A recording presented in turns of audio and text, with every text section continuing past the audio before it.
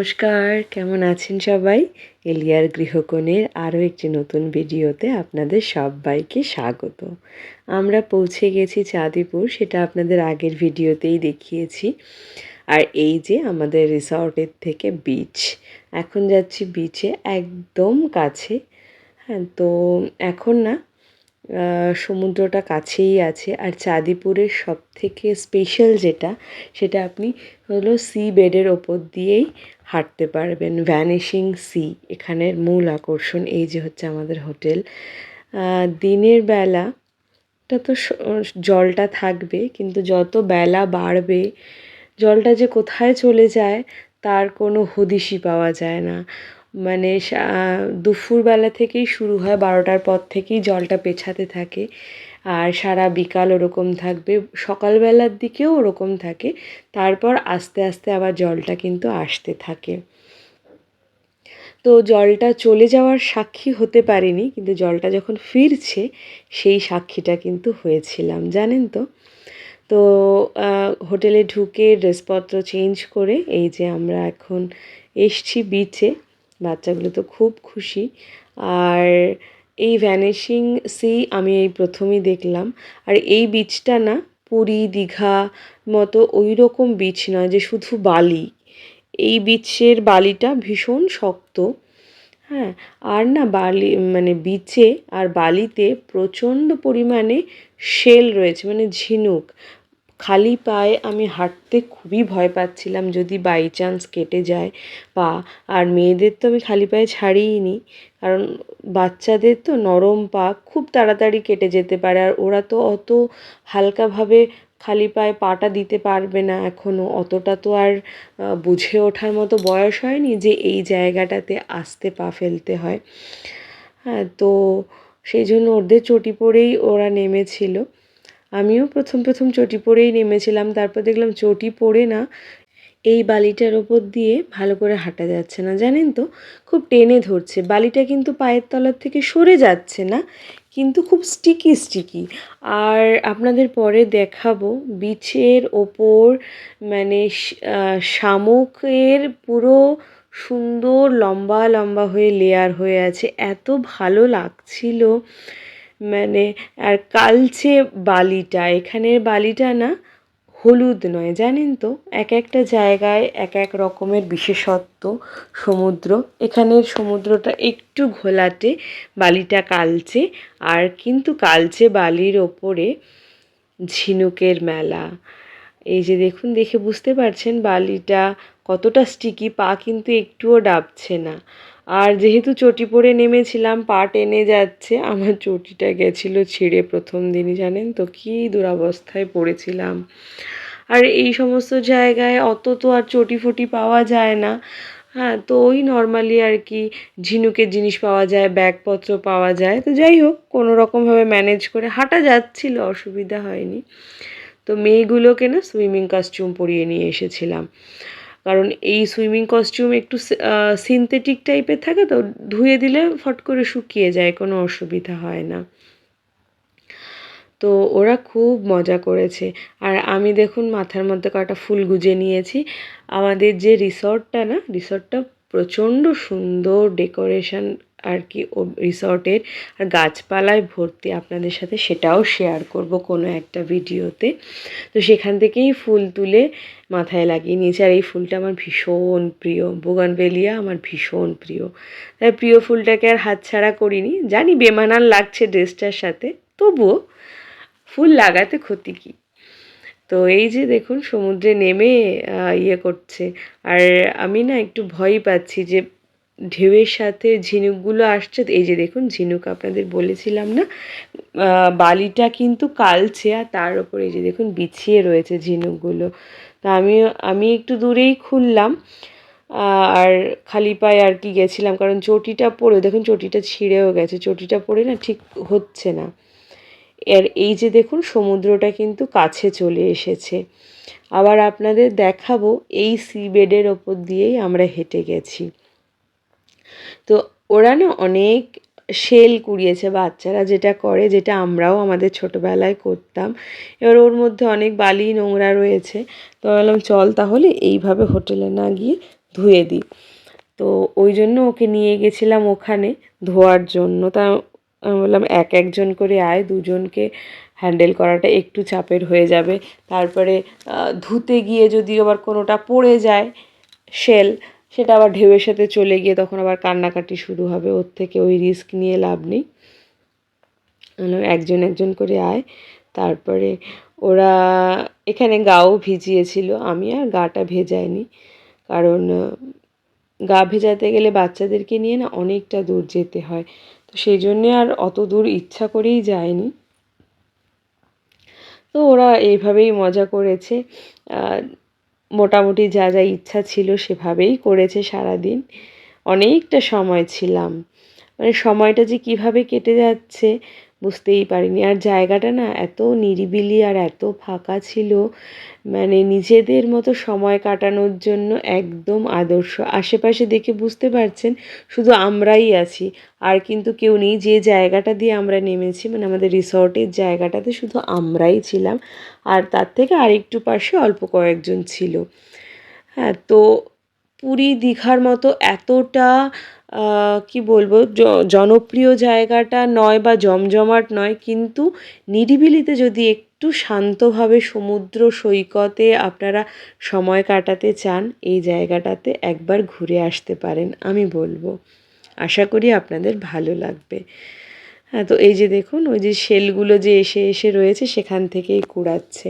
তো আরেকটু নিচে নিয়ে এসেছিলাম, আমি না বেশি নিচে যাচ্ছি না, কারণ ব্যাগ রয়েছে, হাতে ক্যামেরা রয়েছে, সেগুলোকে আবার কোথায় রাখবো, সেই জন্য ওদেরকে নিয়ে একটুখানি নিচে নেমেছিলাম। নেমে তারপরে ওরা করছে।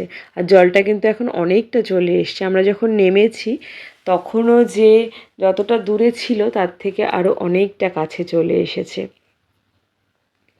এই যে দেখুন আমার মেয়ে দুটো ওয়েভ লক করছে, ওয়েভকে নাকি ওরা লক করবে। এত বুদ্ধিমান, কোথায় যে এত বুদ্ধি রাখে আমি না মাঝে মাঝে বুঝেই পাই না। তো যাই হোক, এই যে আমি ওদেরকে ওইদিকে রেখে আমি একটু এগিয়ে এসেছিলাম একা। তো আপনাদের সাথে সেই অল্প অল্প মুহূর্তগুলোই শেয়ার করছি। সমুদ্রের জলে খালি পায়ে হাঁটতে দেখবেন ভীষণ ভালো লাগে, মনে হয় কি একটা স্ট্রেস চলে গেল, তারপরে খুব রিল্যাক্সিং একটা ফিল হয়, স্ট্রেস মুক্ত তো হয়। আর না কি বলবো, খুব এনার্জি পাওয়া যায় সমুদ্রের জলে। জানি না, আমার তো ভীষণ এরম একটা ফিল হয়, সেই জন্য রিফ্রেশমেন্টের জন্য এখানেই গেছিলাম।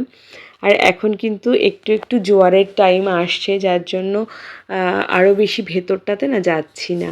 আর তারপরে যে দেখুন জিনিসপত্র, যে হাজব্যান্ডের হাতে ব্যাগ, আমার হাতে ক্যামেরা, এগুলো নিয়ে জলের মধ্যে এতটা যাওয়াটাও সম্ভব হয়ে উঠছিল না। এই যে দেখুন ঝিনুক এরকম পুরো বিছিয়ে আছে পুরো বিচটাতে, দেখে বুঝতে পারছেন এখান দিয়ে বাচ্চাদের হাঁটানোটা একদমই সেফ নয়।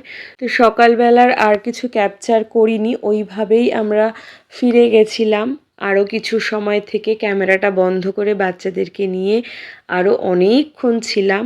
সব সময় অন ক্যামেরায় ভালো লাগে না, এনজয় করতে গেছি, সেই জন্য ক্যামেরাটা অফ করে নিজেরাই সময় কাটাচ্ছিলাম। অনেকক্ষণ থাকার পর রুমে গিয়ে ফ্রেশ হয়ে লাঞ্চ করে রেস্ট নিয়ে এই যে এখন আবার এসছি। এখন বিকালবেলা, এখন হাঁটবো সি বেডের ওপর দিয়ে। দেখুন এটা পুরোটা জল ছিল, সকালবেলা আপনাদের দেখিয়েছি, এখনও দেখতে পাচ্ছেন ভেজা রয়েছে। এখন কিন্তু একটুও জল নেই, সমুদ্রটা যে কোথায় চলে গেছে খুঁজে পাওয়া যাবে না। আমরা এর ওপর দিয়ে প্রায় 3 থেকে 3.5-4 কিলোমিটার হেঁটেছিলাম, জানেন তো।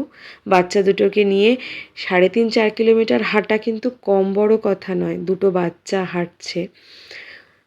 আরও আরও অনেক দূর, তত দূর অবধিও আমরা জল পাইনি, মানে প্রচুর দূরে লোক হেঁটে হেঁটে যাচ্ছে। আর এই যে সমুদ্রটা যে চলে গেছে, জলটা কিন্তু রয়ে গেছে, দেখে বুঝতেই পারছেন। এই চাঁদিপুর বিচের এইটাই বিশেষত্ব, আপনি এই সমুদ্র সৈকতের ওপর দিয়ে হাঁটতে পারবেন, যেখানে সমুদ্র ছিল তার ওপর দিয়ে আপনি হাঁটতে পারবেন, মানে সি বেডের ওপর দিয়ে আপনি হাঁটতে পারবেন। অসাধারণ লাগছিল জানেন তো। তো আমি প্রথমে না চটিটা পরেই হাঁটছিলাম, চটিটা যেহেতু ছিঁড়ে গেছে খুব একটা কমফোর্টেবল হচ্ছে না, মানে আমার চটিটা না দুটো স্ট্র্যাপ ছিল, তো একটা স্ট্র্যাপ ছিঁড়ে গেছে, তো আর একটা স্ট্র্যাপে উপর দিয়ে আস্তে আস্তে হাঁটছিলাম। তারপরে বললাম না, ঠিক সুবিধা করতে পারছি না বলে কিছু সময় পর আবার খুলে হাতে নিয়েই হেঁটেছি।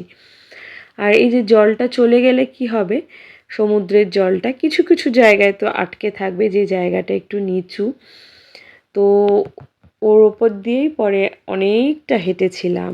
মানে যে দুদিন আমরা ওখানে ছিলাম, দুদিনই আমরা কিন্তু প্রচণ্ডভাবে মজা করেছি বিচে।